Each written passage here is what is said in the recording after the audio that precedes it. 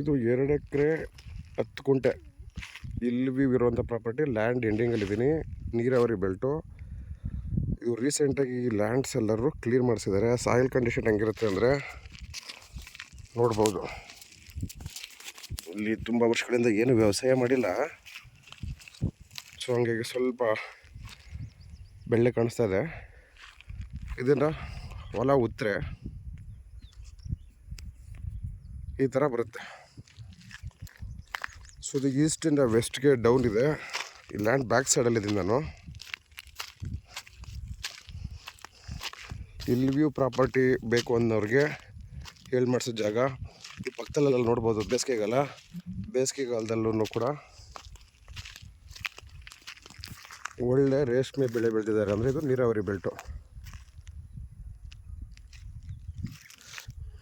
General ಕ್ಯಾಟಗರಿಗೆ ಸೇರಿರುವಂಥ property. ಇದು ಟಾರ್ ರೋಡಿಂದ 2ನೇ ಪಾಯಿಂಟು. ಸೊ ಲ್ಯಾಂಡ್ ಬ್ಯಾಕ್ ಸೈಡಿಂದ ಹೋಗ್ತಾ ಇದ್ದೀನಿ.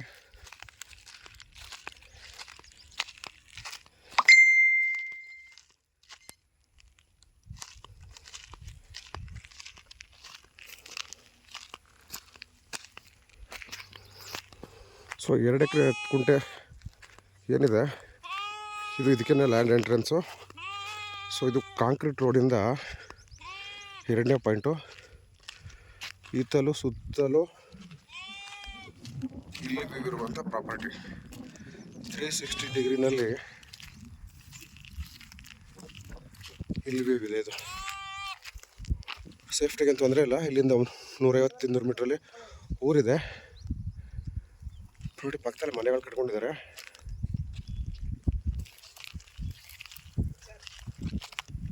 ಇವಾಗ ಸೇಲ್ ಮಾಡೋ ಉದ್ದೇಶದಿಂದ ಇದೆಲ್ಲ ಕ್ಲೀನ್ ಮಾಡಿಸಿದ್ದಾರೆ. ಸೊ ನಾನು ಆವಾಗಲೇ ತೋರಿಸಿದ್ದೆ ಅದು ಲ್ಯಾಂಡ್ ಬ್ಯಾಕ್ ಸೈಡು.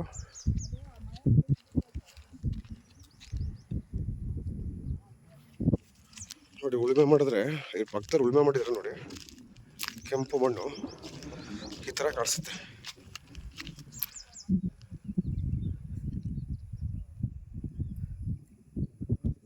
ತ್ರೀ 360 ಡಿಗ್ರಿನಲ್ಲಿ ಇಲ್ಲಿ ಇರುವಂಥ ಪ್ರಾಪರ್ಟಿ.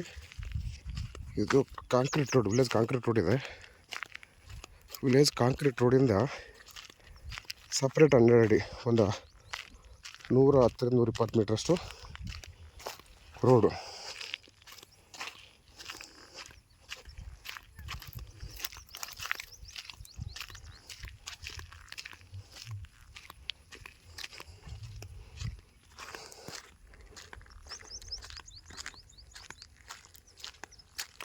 ಸೊ ಈ ಬೇವಿನ ಮರದಿಂದ ಲ್ಯಾಂಡ್ ಸ್ಟಾರ್ಟ್ ಆಗುತ್ತೆ.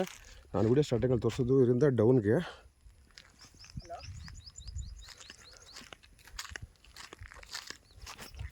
ನೋಡ್ಬೋದು ಸಾಯಿಲ್ ಕಂಡೀಷನ್. ಹೊಲ ಉತ್ತರೆ ಈ ಥರ ಕೆಂಪು ಮಣ್ಣು ನೋಡಿ. ಲ್ಯಾಂಡ್ ಆಪೋಸಿಟ್ಟು ಬೇರೆಯವ್ರದ್ದು ಕೂಡ ರೈತರುಗಳು ಇಲ್ಲೇ ಮನೆ ಕಟ್ಕೊಂಡು ವಾಸ ಇರ್ತಾರೆ.